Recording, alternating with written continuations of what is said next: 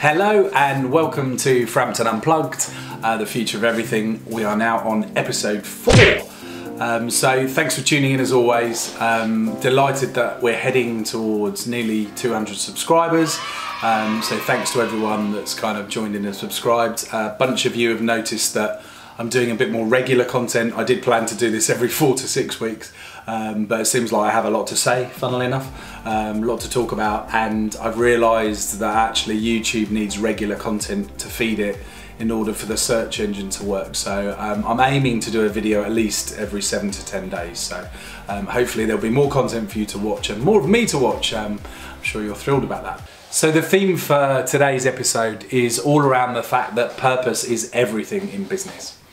And I do really mean everything. I believe purpose is what holds a business together. It's the glue between the many different kind of people that work in a business. It's what inspires people to come to work. And it's also kind of something that helps you define your strategy and your tactical kind of executional kind of approach. So I believe that British businesses, like I talked about in the last episode, struggle with this a little. They struggle with innovation. They're a little bit too attached to tradition, like we talked about last time, but they're also not very good at kind of cracking their purpose. And I'll touch on why I think that is a bit later. But if we go back a couple of years, there was a study from the big innovation centre that looked at kind of purpose within British business, and they found that the British economy was actually being costed 130 billion as a result of British business not having clear enough purpose. So again, like some of the statistics from last episode, that's a pretty damning statistic. So let's talk a little bit about kind of what purpose is. So I'm actually going to start by talking about a study that came from my old employer, Havas, called the Meaningful Brand Study. And you'll see up on screen some kind of screen grabs that bring this to life. But that study looked at, rather than the value of a brand or a business, it looked at 3 different dimensions of how those businesses kind of were being meaningful to people. The first was the hygiene factors: are things well priced? Are they fairly priced? Are they good products?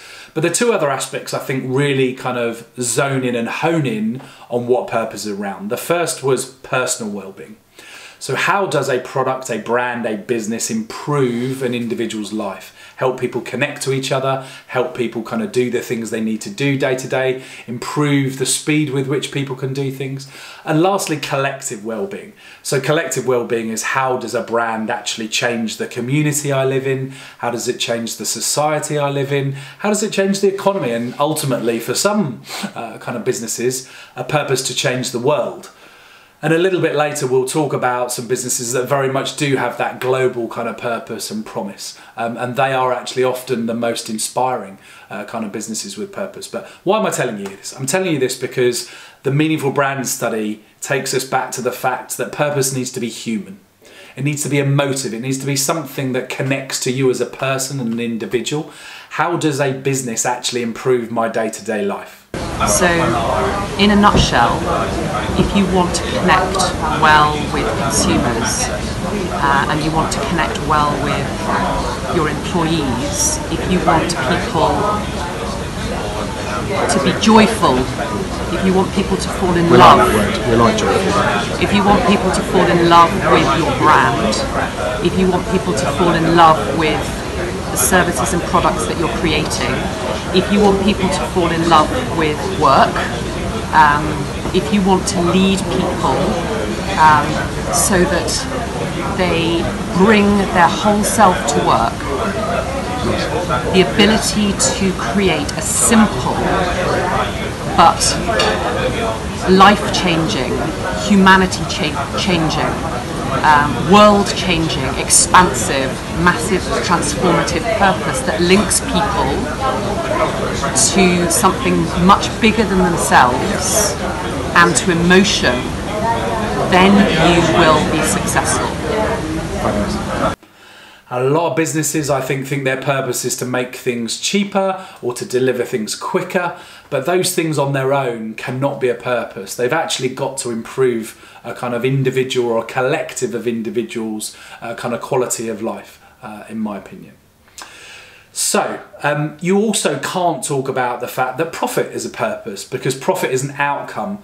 Your purpose is actually why you exist. What is it that you're doing that actually is different to any other business in the same sector that you're in? And there is no one better than Simon Sinek for summing this up. And I'm sure many of you know it, but some of you may not. So there's going to be a short clip of the kind of best bit of his speech, which is now quite a few years old. But it's summarised in this very kind of poignant phrase for me, which is, people do not buy what you do, they buy why you do it. And it's probably the world's simplest idea. I call it the golden circle.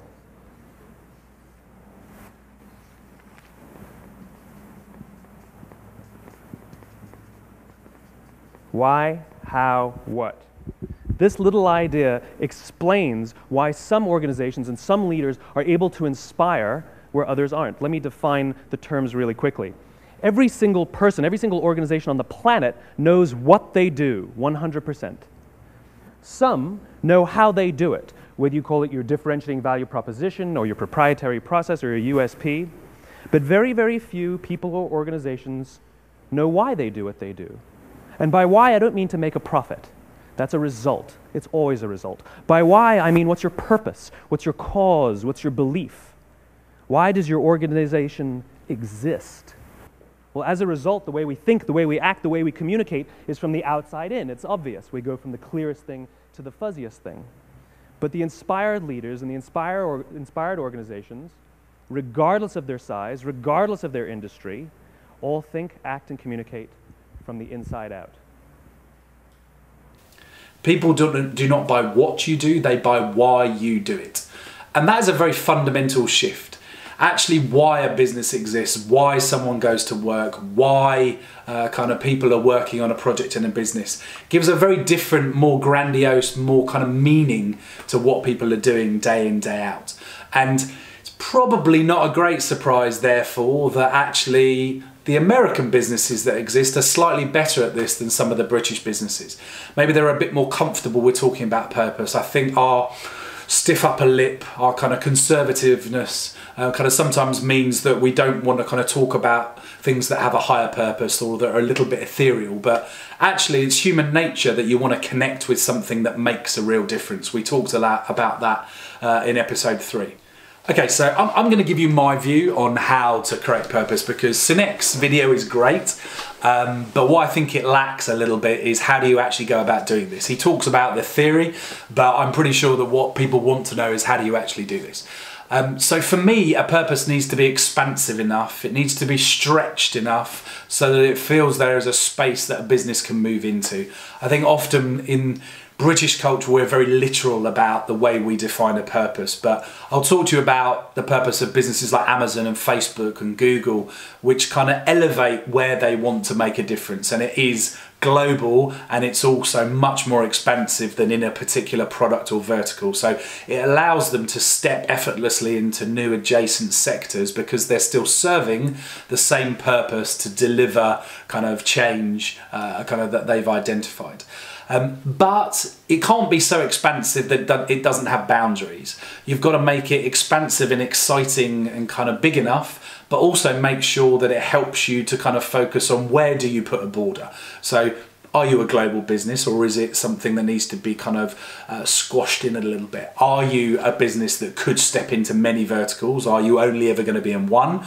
Or could your proposition potentially, if you keep an open mind and the world is changing very fast, could it move into a variety of different verticals? So let's talk about a few businesses and some of their kind of different purposes. So I'm going to talk to you about and read out some of these and then kind of talk about which of them I think are the strongest. So Amazon we'll take as an example. So theirs is to be the Earth's most customer-centric company. I think we all know that Jeff Bezos is obsessed with delivering against the customer.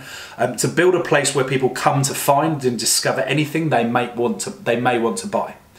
So that would explain why they bought Whole Foods, right? That would explain why they moved away from being just a books provider into providing all sorts of goods to people via their platform.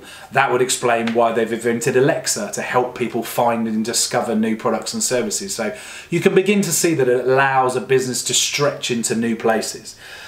Equally, GoDaddy is another one I like, before I get onto something like Google. They talk about radically shifting the global economy towards life-fulfilling independent ventures. It's a really inspiring thing, sets the ambition that a company like GoDaddy wants to be global, but it also talks about kind of inspiring people to actually create their own businesses, the ability to create a website, own a domain. It gives people the ability to be an entrepreneur, and they also talk about this side hustle. I might have another job, but actually this is my passion point. So again, that's very inspiring. It connects to me as a person, as an individual. Facebook's, and I've talked a lot about Facebook in this series already, and you can question whether you think this is authentic, and we may come to that at the end, but they talk about to give people the power to build community and bring the world closer together. Now that would explain why Mark Zuckerberg bought WhatsApp. Because messaging is a new way to connect and communicate. It would explain why Mark Zuckerberg bought Oculus Rift, which is creating technology that brings people from anywhere in the world to experience something 5,000–10,000 miles away through virtual reality. So again, you can see that these businesses are really thinking about, it's expansive enough but clear enough about where we might play tomorrow, but also where we might play in 3 to 5 years' time. So there's some American businesses, and they're predominantly tech businesses, I know, but they're businesses that are very clear about why they exist. Let's take a couple of British brands that are very well known. So the first is John Lewis. So their purpose is to create happiness for all of its members through worthwhile and satisfying employment. Do you notice the difference? So it's engaging if you're someone that works for John Lewis, because you actually belong to a partnership, and that is a unique thing, right? But it's also quite a traditional kind of thing. It differentiates them from every other department store and retailer because they do that differently. But I don't feel the sense of engagement or emotive excitement around that phrase in the way that I do when I look at GoDaddy's or I look at Amazon's. Let's take another one. Let's take Tesco's. Serving Britain's shoppers a little better every day. Again, it feels like it's come down a few levels. It doesn't feel like the ambition's here. Now, arguably Tesco has now pulled out of many other markets in the world where it launched, so the fact that they put Britain in there is a good way of creating a boundary that they're now focused on the UK and nowhere else, and they've kind of divested in some of their other operations. But Britain's shoppers a little better doesn't really feel like it's quite as emotive, quite as kind of inspiring as some of the American companies. And shoppers, of course, people shop for all sorts of things, and it helps people to kind of think about kind of all the different aspects, but it could perhaps talk about community. Tesco, I think, tries to kind of create community with cafes and some of the events it puts on. So shoppers is very much what people do functionally. They go and shop. But Tesco potentially could be a community that brings people together around not just commerce, but common interests. So again, that would be a higher purpose that could potentially allow them to move into a new space going forward. So hopefully what I've started to kind of give a sense of is that purpose, when it's done well, is actually engaging, inspiring, and is at a kind of higher level, expansive level that allows you to step into it in the future. And purpose also done well allows you to guide your strategy. So you'll see I was quite easily able to attach Facebook's kind of acquisitions back to its purpose. And I was easily able to attach Amazon's acquisitions and kind of new kind of startup businesses back to its purpose, because they all kind of very clearly anchor back. But is that true for the businesses that I talked about that are British, John Lewis and kind of Tesco? Where would John Lewis go next? What would it be its next sector that it would start to disrupt? What would Tesco disrupt next? Now, I'm going to argue that I don't think those businesses, or many British businesses, are thinking enough about those new sectors. And I think part of that is down to the fact that they don't think about their purpose expansively enough. And part of it's also down to the fact that they don't think about the value they provide to people's lives day in, day out. So what purpose isn't, is it isn't a brand proposition. It isn't a tagline on an advertising kind of campaign. It is the thing that defines why that business exists, why all of the people come to work every day, why the CEO kind of obsesses about that business. It is the glue, and it is the thing that hangs and connects everything together in that business. And for that reason, it means, therefore, that everybody in the business needs to understand that purpose and connect with that purpose. And often I think even if you get your purpose right and it is inspiring and expansive enough, then sometimes it doesn't necessarily come to life on the floor. So a couple of examples. One will actually be my own example from Havas and learnings that I had. The other is from a business that I love exploring, which is Zappos, which is a kind of shoewear business in the US. So they talk about their purpose being to deliver the wow to customers. And the wow is to delight them, to excite them, not just to make them happy, but to really get them really psyched up and really excited about the experience. And they have that purpose at the top of the organization, but then the CEO has actually kind of passed that down and given the permission to every team, whether that's a team of 5 or 50, to actually create their own purpose that anchors back to that kind of higher purpose. So what does that mean for your team? Having actually heard that on a podcast, Masters of Scale, a couple of years back, I then started to think about the purpose I'd set for Havas, which was around reimagining the agency model to make it more client-centric. And I realised that whilst I found the word reimagine very inspiring and expansive, that I talked to people that worked in the teams and on the floor, and they didn't know what it meant. They didn't know what reimagine meant. So the next exercise was around giving permission to different teams to go, you define it. It might be that a media plan is delivered in a very visual format, very different to how you do it normally. It might be that actually you do things 20% differently. Or it might be that we bring a startup into every conversation rather than always going to traditional media owners if you're in a media business. So it needs to live and breathe for everybody. So that therefore means it needs to be co-created with the organisation and with the talent in it in order for that purpose to matter and have meaning to each individual person. And I'm going to argue that purpose is even more important given we're moving forward into a world where there's going to be constant change and reinvention. I've talked about a few times this series that I don't think businesses will last as long as they did.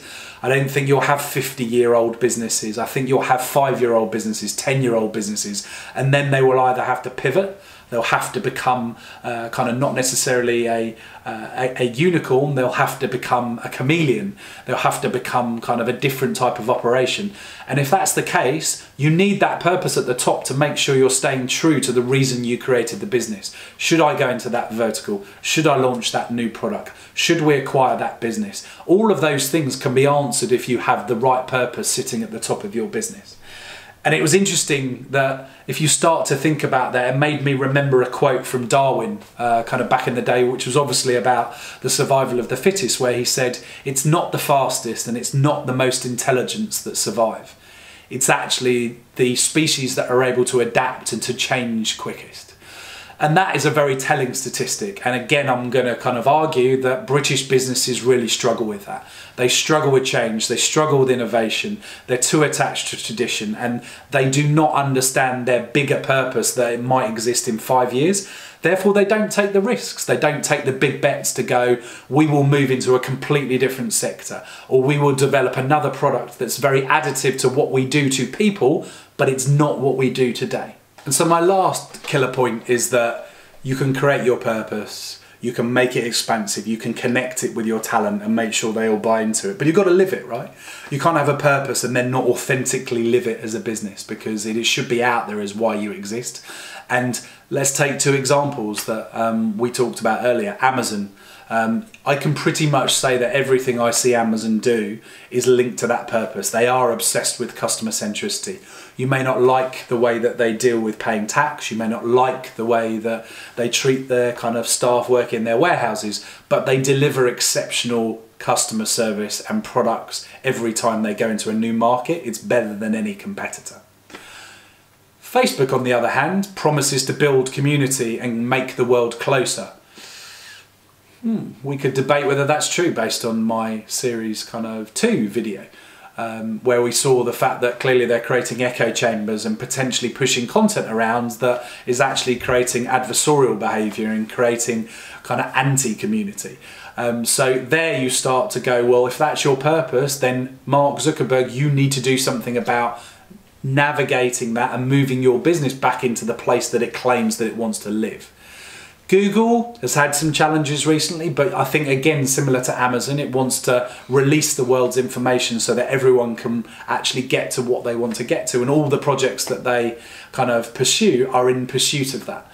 whether it's AdWords, which is obviously freeing information, or it's kind of putting libraries online, or it's Google Glass and kind of allowing people to be able to actually access information in a different way.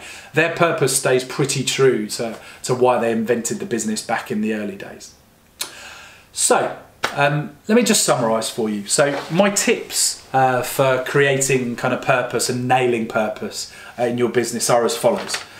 The first is that make it bigger, make your purpose bigger than where you are today, and make it inspiring enough. Make sure it's human and emotive. Make it meaningful to every team that's in the business so that they actually can engage with it, and they then know how to reimagine, how to deliver wow in their own confines of what they do in their team or at their desk day in, day out. Use it to steer your strategic direction. Don't write it up on a wall and never use it. Actually think about how it helps you make tactical decisions and strategic decisions. And make sure you live your purpose authentically. So those would be the things and the advice that I would give to anyone that is either a startup developing their purpose or a big business that's revisiting whether they have one that works in the first place. And I'll leave you again, finally, with the wise words of Simon Sinek, that people do not buy what you do, they buy why you do it. So thanks very much for tuning in. Great to have you on board again, and I hope to see you again very soon. As usual, I will put some of the kind of comments on things that I've talked about down in the content of the YouTube video. If you like the video, then give me a thumbs up. And if you haven't subscribed, then just on the left here, you'll see the subscribe button so that you can make sure you get kind of alerted when the next episode comes out, given they're going to be a little bit more regular. So see you soon.